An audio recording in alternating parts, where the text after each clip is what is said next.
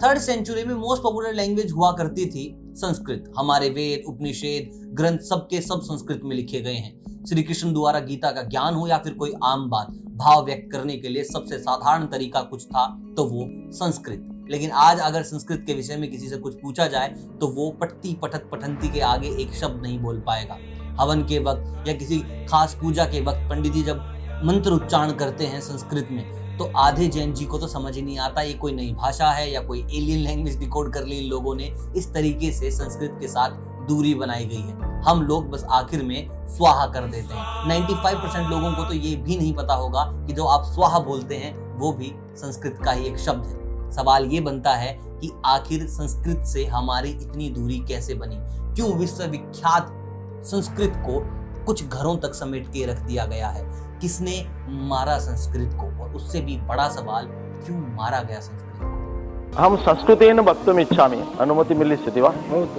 एक जमाना था यहाँ पर रेडियो न्यूज संस्कृत में हुआ करते थे, जबकि भारत में नहीं होते थे। क्योंकि शायद कम लोगों को यहाँ ये मालूम हो कि संस्कृत विश्व की सबसे वैज्ञानिक भाषा है।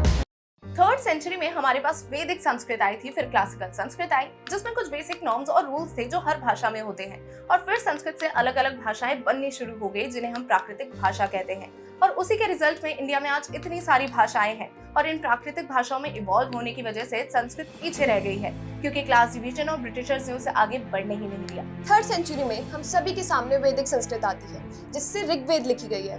तब ही इंडिया की मोस्ट पॉपुलर भाषा थी, पर अब ये भाषा सिर्फ 25,000 लोगों में सिमट कर रह गई है क्योंकि संस्कृत स्कूलों में पढ़ाई तो जाती है पर बोली नहीं जाती, बल्कि इंग्लिश को ज्यादा प्रमोट किया जाता है।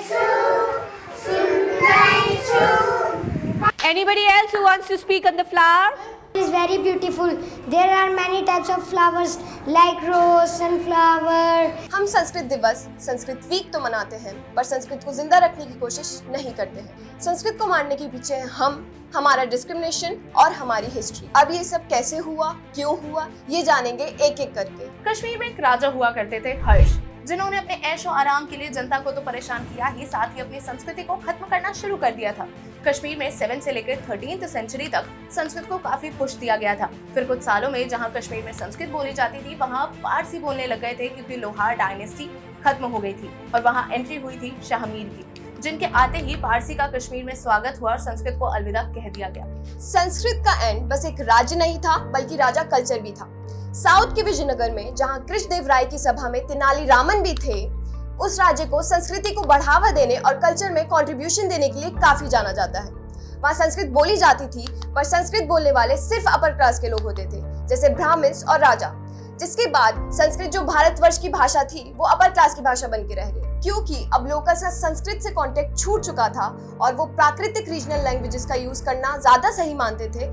इस वजह से क्लास डिवीजन समय के साथ बढ़ता गया। अब बस संस्कृत का सिग्निफिकेंस कुछ वेदों में ही रह गया था और कुछ स्कूल्स में जो ब्रिटिशर्स को बंगाल में मिले थे, जहाँ पर करीब 2,500 बच्चे संस्कृत को पढ़ रहे थे, पर वो सभी बच्चे अपर क्लास के थे या फिर ब्राह्मण थे। जैसा कि हमने लास्ट पॉइंट में कहा था कि क्लास डिवीजन की वजह से सिर्फ ब्राह्मण्स और किंग्स के पास ही संस्कृत का एक्सेस रहता था और बाकी लोगों का कॉन्टैक्ट उससे छूट चुका था। और उस कॉन्टैक्ट छूटने की वजह से ही ब्रिटिशर्स को संस्कृत को और कल्चर को खत्म करने में ज्यादा समय नहीं लगा और संस्कृत मानो गायब ही हो गई थी। पर अब भी संस्कृत सांसें ले रही है हमारे वेदों में, उपनिषदों में, स्क्रिप्चर्स में और मटुर गांव में, जहां आज भी लोग संस्कृत में बात करते हैं। स्कूलों में बच्चों को वेद पढ़ाई जाती है और संस्कृत को महत्व दिया जाता है।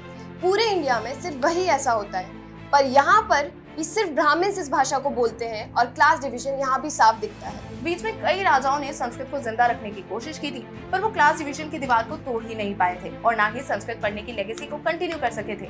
पर हमें उस लेगेसी को जिंदा रखना होगा। हमें स्कूल्स में संस्कृत को लेकर रिफॉर्म्स लाने होंगे। जिस भारतवर्ष की पहचान उसके ज्ञान से होती है, वो ज्ञान जो हमारी वेदों में लिखा है, हम भारतीय उस ज्ञान को ही नहीं जानते क्योंकि हमें संस्कृत पढ़नी नहीं आती।